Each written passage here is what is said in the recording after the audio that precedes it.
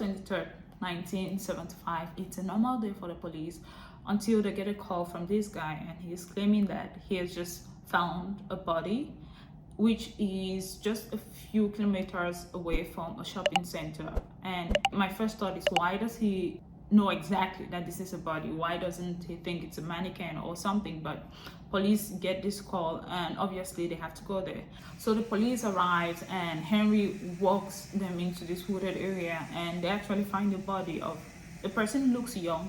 The person had been beaten like really bad. The whole face is like really destroyed, and she had her hands tied in front of her, and they could tell from how she looked that her face is not recognizable, but they could tell from how small or how big she was that this was someone who should be in her teens. Therefore, identifying her would not be that difficult, because if it's someone who is not an adult, there should be a parent somewhere looking for them, or a guardian. So they're expecting to be able to identify her soon. And while some detectives are trying to take care of the crime scene, figure everything out, other detectives are talking to Henry like, how are you here? How did you find this? What are you doing here? And he has something for them. So Henry tells them, as they're walking down the path, they noticed a man who was holding something like a 2x4 and was beating something very seriously. And when the man turned and saw them, he just threw it and ran away. So they walked to whatever he was doing to see what happened, and that's where they were able to find the girl. So Henry explains to the police that when they saw that it was a person, he felt bad. He could see that this person was actually hitting someone. So he picks up the board, because the man had left the board on her face and run away. He picked up the board, and his wife tried to check if like this person was still alive, and they could not find a pulse. So what he decides to do is, like, he feels bad and takes off his shirt and covers her face before he runs to the shopping center to try and get the police. That's his explanation to them. And his wife corroborates his story. They didn't ask the kid too much. I mean, he's 10 years old, and they're not expecting him to it's his stepson. They're not expecting him to, maybe they did not want to traumatize him more, but the police did not question him enough. And Henry's wife was able to back up everything that he had said. So they have a little bit of a description to give the police, and this is what they describe the person that they saw as. From their description, they said the guy was he was shirt off, he was putting on a cutout jean, and he had dark hair that came towards his shoulder. I mean, it's not very detailed because they saw the person from afar. Supposedly they saw the person from afar, so that's the description they can give police. And so police pick up the board as evidence, but they are not really getting any forensic evidence from the crime scene. And at this point, police still don't know who that person is. But by 7 p.m, this caller is Christie Mullins, and she's telling the police that she's trying to report her 14-year-old daughter Christie Mullins missing, because earlier that afternoon her daughter and her younger sister had gone out to swim, and they had not the baby sister had returned, but Christie had not come home with her. So she had been looking around through the neighborhood to kind of try and find her, and one of the neighbors told her, hey, police found the body of a young girl. So she's calling to be like, okay, she's trying to check to make sure that it's not her daughter. I mean, every mom's nightmare. She's calling to make sure that the person that they found the body of a young girl, that it's probably not her daughter. So they send over some police to go to their house and get Felice and her husband to come and try and identify the body. So Felice and her husband Norman are taken to the morgue to try and identify this girl, and just by looking at her, she could not tell that it's her daughter, because you can imagine her face was badly beaten. And when she looks further, she identifies a birthmark around her leg, and you can imagine every mother's nightmare to know that this is the reality you are in and your daughter is just gone. And the crazy part is, just 5 days, they were only 5 days away from celebrating Christie's 15th birthday. So thinking about birthday presents, or maybe what she's gonna get for a birthday party, to now planning her actual funeral, it must have been terrible for her. Now that she's identified, police have something to work on, which is the friend that Christie had left the pool with. So apparently there's this girl called Carol. They're not like besties, but they kind of know each other from school.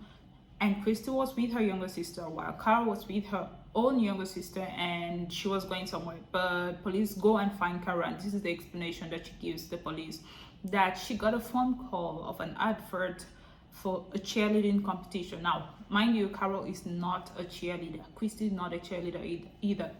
But she got a phone call that invited her for a cheerleading competition at that shopping center. So she's going there, and Carol is with her own younger sister when she meets Christie and her younger sisters. So they ditch the younger sisters, and Carol and Christie, they're going to this supposed competition. And when they arrive at the shopping center, they don't meet anyone there. And Carol and Christie decide to stick around, wait a little bit to see if they're going to meet anyone, but they don't. So after waiting behind the shopping center for a little bit, Carol gets bored. At about 1:40, she goes into the shopping center to like try to call again, but she's only there for about 3 minutes, or like less than 5 minutes. By the time she comes back, she cannot find Christie, and so she looks around, waits a little bit. Christie does not show up, and she decides to bounce. She assumes that Christie has probably maybe gotten tired of waiting and gone home, and she even stops at some of the other spots that they always go to, but Christie does not show up, so she goes home. That's what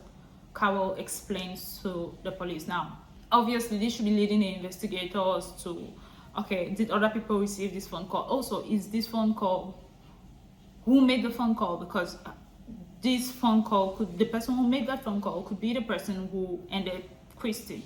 Well, unfortunately, the police feel like this phone call does not have anything to do with the case, so they decide not to pursue it. They were like, it's probably just a prank call. So after a few days, the autopsy comes out, and Christie's cause of death was blunt force trauma to obviously her face that was really damaged, but mostly to the left side of her head. And it's crazy that after the autopsy, they did not find any semen, which would normally be like, okay, someone did this to her because they wanted to like the arrow word. You guys know what that is. But there is no semen on her, which shows that, well, probably none of that happened. That was not because that should normally be the motive when a girl gets hurt, and the way she was found, she wasn't fully clothed, so that would have been the motive. But the autopsy shows that there was no semen on her, so that sort of rules that out, that that's not what happened. That did not happen to her, so it should not even be something that they are looking at. But I'm saying this because it's going to be important later.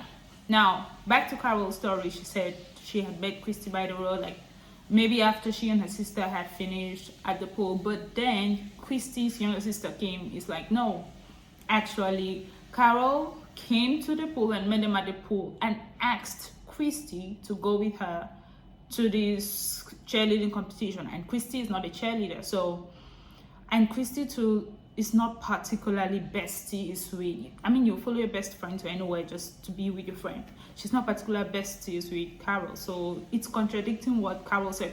And at this point, every normal person should be thinking like, okay, Carol probably knows more than she's saying, but they don't look in that direction at all. So to top up my suspicion of Carol in this case, like the first day where Christie's mom was looking for Christie, she said she had met Carol outside the apartment, and Christie was crying. She was hysterical.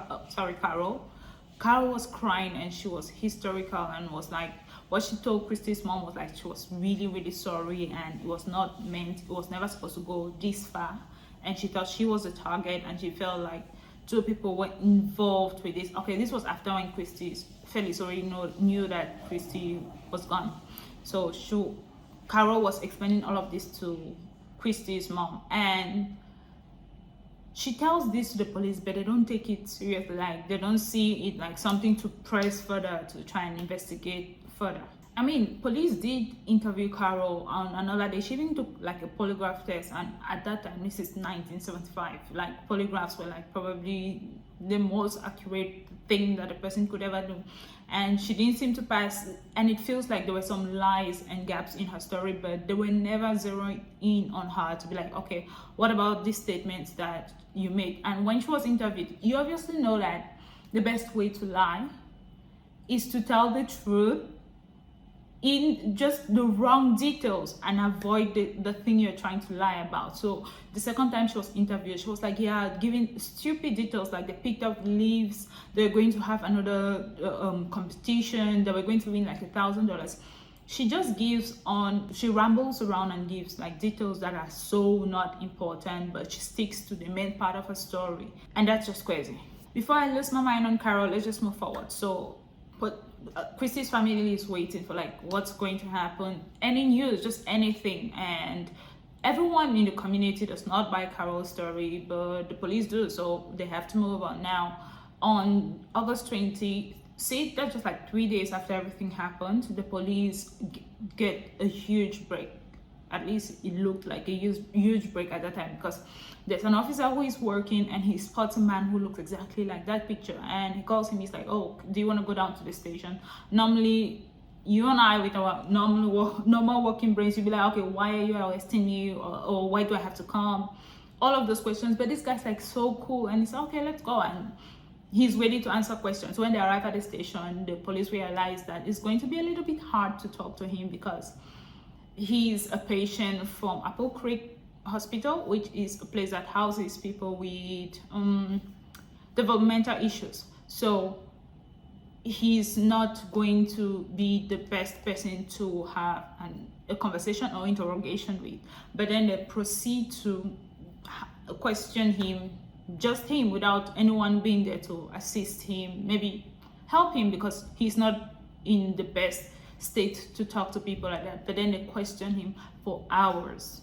So for 6 whole hours, Jack Herman, 25-year-old man, the police are interrogating him, and throughout the interrogation you can see that he's barely able to answer, and it doesn't even feel like he fully comprehends why he's there, but he's barely able to answer, give them one-word answers. And by the end of the 6-hour interrogation, he has confessed. They have a full confession, and the story that they gathered together, they pieced together, was like he left the hospital, drove to the shopping center, saw Christie standing there alone, tied her, took her into the woods and SA'd her.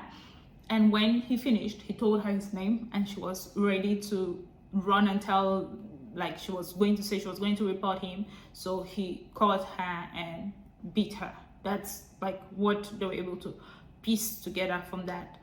And obviously, to be able to confirm, to put a seal on it, they need someone to identify this man as the person. So who do they go to? Drum roll, please. Henry. You remember the guy who called the police to say they had seen someone? Yeah, they need Henry to identify him. And it seems like the time the police they took Jack to the crime scene for him to like walk them through what supposedly happened. This guy, Henry, was there too. So it's probable that, did I just say probable? It's probable that Jack might have seen Henry there, and he knows who it is. So the police line up a couple of men and ask Henry to identify who he thinks he saw that day, and Henry identifies Jack as that person. So I mean, the case is so cut and it's well cleaned. It's too clean. If you've been watching a lot of true crime, like, this is too clean. Everything is lining up too fast and too clearly. So right off the bat, Jack is charged with kidnapping, felony M, and SA. But what's confusing is no semen was found, so I'm wondering how he's being charged for SA as well. And then he's given a court-appointed lawyer, and this lawyer, well, he wasn't doing too much, that's what I would say. And this lawyer just decided, oh, okay, just take the plea deal so that they can drop some of these charges, and so they wouldn't go after the death penalty. So on September 3rd, when I said the case was moving fast, it was like insanely fast, too clean, too cut out. September 3rd, this is like less than a month after everything happened, Jack was sentenced to life imprisonment, but the community are not having it. They're like, okay, even when people found out how the confession was gotten, given that there was no one there to assist him, given that he's not mentally capable to be able to go through an interrogation himself, everyone is just very iffy about it. So even his instructors were like, first of all, there's no way that Jack would be moving around with shorts, because remember the person was wearing like some cut jeans.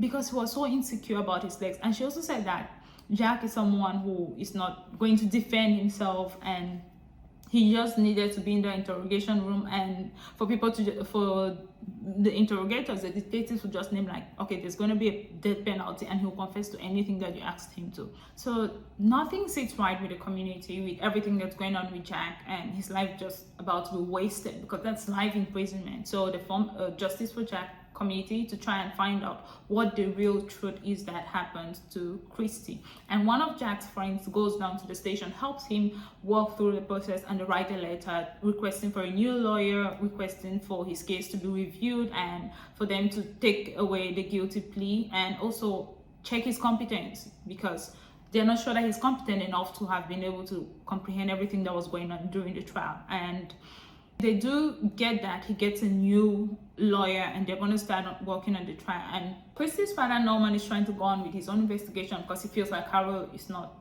saying everything that she knows, and he's trying to press on that. They go and search the scene again. They find some other items that the police should have found, but all of that is to one side. Now, Jack's case in January gets reopened, and his sentence is overturned. By May, the judge decides that he wasn't particularly competent when they got his confession, so that is thrown out, and they have to reopen his case.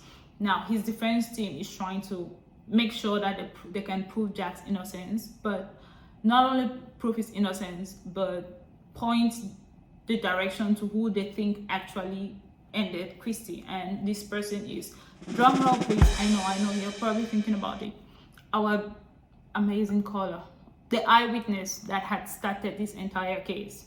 That's who I know. I'm pretty sure some of you are thinking about it by the way I started talking, but they do believe that it is Henry Nolan. Now, Henry is not a saint. Dude has not only been in jail 3 times, but he had tried to escape 2 of those times. And while all of this is going on, dude was still in jail for arson. He's not a saint, but the police just ate his word like a girl that is being fertilized by a boy. So dude actually burnt down his own house because he was trying to claim insurance money.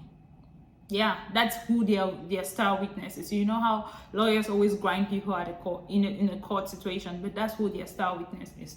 And the clerk from one of the shops where the first 911 call was made to say, hey police, I saw a body, that's where Jack went to. And the clerk from the store was like, the day he came here he was shirtless. Okay, he had explained to the shirt that he felt pity for the girl and took off his shirt and put over her face, but he was wearing cut off jeans, and he had a scratch on his face like he had just been hit, literally fresh from the scene. He went there and called the police. Like, I mean, it is quite smart to literally make yourself the witness in a case that you should be like, well, he was good, and it really worked for him. I mean, it might have worked for him right till the end if the community did not stand up for Jack. Jack should have been his fall guy. So another neighbor comes forward and says that he had actually seen Henry he had seen Henry with scratches on his hand and on his face like he was from a fight, and the ties that were found on Christie's that was used to tie Christie's hand, he had found the same similar ones in Henry's house. And also, drum roll please, here, Henry knew Carol, and they had actually gone swimming without clothes together. So an adult man who has a long rap sheet going swimming with an underage girl without clothes, that's who their witness was. So the trial starts, and they start bringing witnesses in, and this is when Jack's wife comes in and says the same story that she had already told the police, and she adds that, wait, Jack did not leave the house throughout that entire day. He had not left the house previously, and he only left for like a couple of minutes when some kids were disturbing outside, but he was back. That's what she says to the police. And they bring Jack, he says his same old story. They bring in Carol, and she says her same old story, and they were like, wait, what about this that you told Christie's mom, Phyllis? And she's like, oh, no, I don't remember saying anything like that. And when they played the tape of Jack making his confession, it's clear that dude had no idea what was going on. He had no idea what he was saying or getting himself into. So the clerk is called up to testify, and she says what I just told you guys earlier, and they're asking her, why did you not say this during the first trial? She's like, dude, no one asked me. So It's crazy that investigators did not try to maybe question her to make sure that her story aligns with what a man and his wife have just said, because a man and his wife could literally sit down and agree and be like, okay, this is what we're gonna say. So no other outside person. That neighbor that we talked about also comes and testify, because the sister does, her mom does as well. And at the end, just one new person decides to testify, and this is Bobby, who is the 10-year-old son that was at the scene, Henry's stepson, the 10-year-old who is now 12 years old, and he comes forward that he wants to testify when none of them had planned for it. And his story is absolutely different from what his mom and his stepfather had to say. So Bobby goes on to say on the witness stand that the day that they made the phone call to the police, this is what actually happened. His dad, Henry, had gone out to stop kids that were disturbing, but he didn't just step out and come back in. He was out for a long time, about 30 to 45 minutes. And when he came back into the house, he had scratches on his face and his body, and his shirt was gone, his sandals were gone. And then his mom and dad went into the room to have a conversation. So when they finished talking, they got into the car, drove to the shopping center, and when they walked down the trail a little bit, they found his dad's sandals. After moving forward, they found Christie's body. So Bobby says after all of that, his mom had warned him not to tell anyone, and the only reason he was actually talking now that he's 12 years old is because he had told his dad about it, and his dad then told him about being honest and all of that, and he was talking about it now. So when Henry's wife is questioned, she's like, well, she was scared of Henry, so she couldn't really talk about it, and she was also scared of Henry's brothers because they're like some sort of bullies.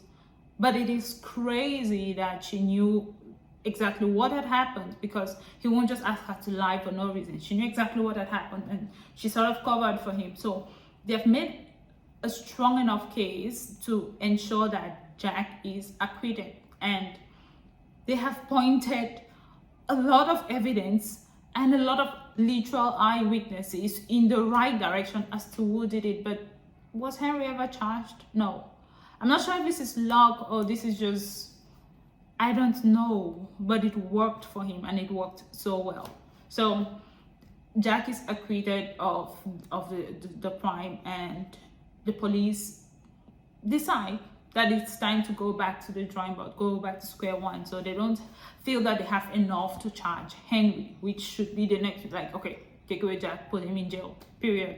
But no. It's crazy that at some point they actually wanted to just close the case, that they've investigated it well enough. They just wanted to close the case, but people went crazy and they were like, okay, fine, we're going to reopen it, and now we're going to try to find offenders that look like Jack. And what actually pisses me off is whenever they found someone, guess who the eyewitness is? Drum roll, please. Yes, still Henry. Whenever they find someone, they still come and show it to Henry, and Henry was like, no, it has to be Jack. The dude literally exempted himself from the entire situation by making himself the eyewitness, actually, the star of the case. And for about a couple of months, this goes on, and the case eventually goes cold. And in 2006, Christie's dad gone crazy with his own investigation. Nothing came out of it. He ended up dying without knowing what actually happened to his daughter. So in 2013, this case has been cold. It's just been silent, cold for a while. Norman is gone, and one retired lawyer has always had this case on his mind, and so he decides to contact Christie's family, gets Norman's notes, and he's going through it, and everything is leading him still to our witness, Henry. And one of the stories that really sticks to him is where the local kids usually go and smoke pot. And you would not believe it, but it is exactly at the shopping center, behind the shopping center, close to where Christie was found. And guess who the person who sells the pot to? All of the teens. Yep, Henry knows. So this lawyer is thinking, okay, could it have been that they went there to go and buy some pot and things did not go as planned?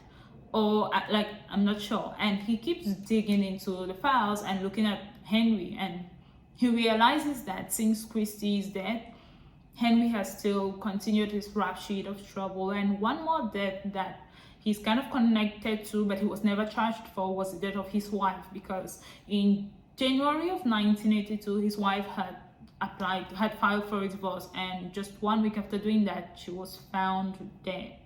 And it said that she took pills, but the cup of where the pills are supposed to be in, it was never found, and it was concluded that she ended herself. That's the conclusion to the case, but like it's too iffy, and he, like, so many people suspect him, but like there's nothing pointing exactly to him. But just 1 week after filing for divorce, reason why it was concluded that it was her ending herself was because they found a note, but the wife's family believes that Henry had written that note and left it there, and he was the one who had ended up drugging his wife. Well, the crazy part is Henry could not really speak for himself, because in September of 2013 Henry had actually died, and so this lawyer decides to write a book called All American Murder. So the lawyer decides to write a book called An All American Murder. So go check it out. It's a really good read. You'll enjoy it. So go check out the book. So as this book began to gain popularity, so many people from Henry's family were like, they kind of knew that he was the one who had ended Christie, and one family member even said he had driven down and explained to her all of the details that he had actually SA'd Christie and ended her. So it was a family's secret, like an open secret in the family, that everyone knew that he was the one who had done it. So in May of 2014, the case was reopened with a new set of all the detectives. Everyone knew the case is reopened, and they go through all of the evidence and interview so many people over the next about 18 months, and then they come out with a conclusion. So on November 6th, 2015, the police actually have a press conference, and they're like, okay, right now after all of the investigation, we believe that it was Henry who killed Christie, and if he was alive, they don't have enough to charge him, but all they can do right now is give an open apology to Christie's family, because her dad died without knowing what actually happened to her, and all the investigation that was not done at that time, they could only just apologize. But this family has lived, like, Norman must have spent the rest of his life wondering every single day what had happened to Christie, and her family especially him, did not ever get that closure. And the worst part about all of this is that this man got to live his life free and walk around and kept doing whatever he was doing, while Christie was gone, and he did not get to pay for his crimes before he ended up dying. I personally find it annoying, because I feel like Carol did know something. She knew a lot more than what she was saying, but maybe she felt like, she was a child as well, but maybe she felt like whatever she said was going to get her in trouble. Also, even when all the fingers were like, hey, Henry did it, at that time the police did not do anything to him, so why would she even bother saying more? And it's so annoying that he got to live his life like nothing ever happened, whereas that girl never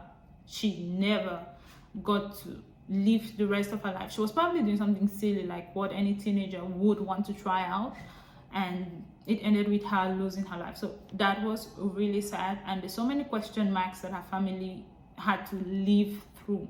But the worst part of the situation is that Henry's family knew that he was the one who had done this, but like no one ever called the police to give like some random tip or something like that. No one ever came forward, and it enabled him continue to live his life and cause chaos in the lives of others. Well, that was it for today's case, and let me know your thoughts in the comments. Let's talk. And always remember, like, maybe something that you think might not be that important could be something that would change another family's life. So if you know something, you see something, always say something, because you could be saving another family from a lot of years of torture and trauma. Well, I'll see you guys in the next video. Goodbye.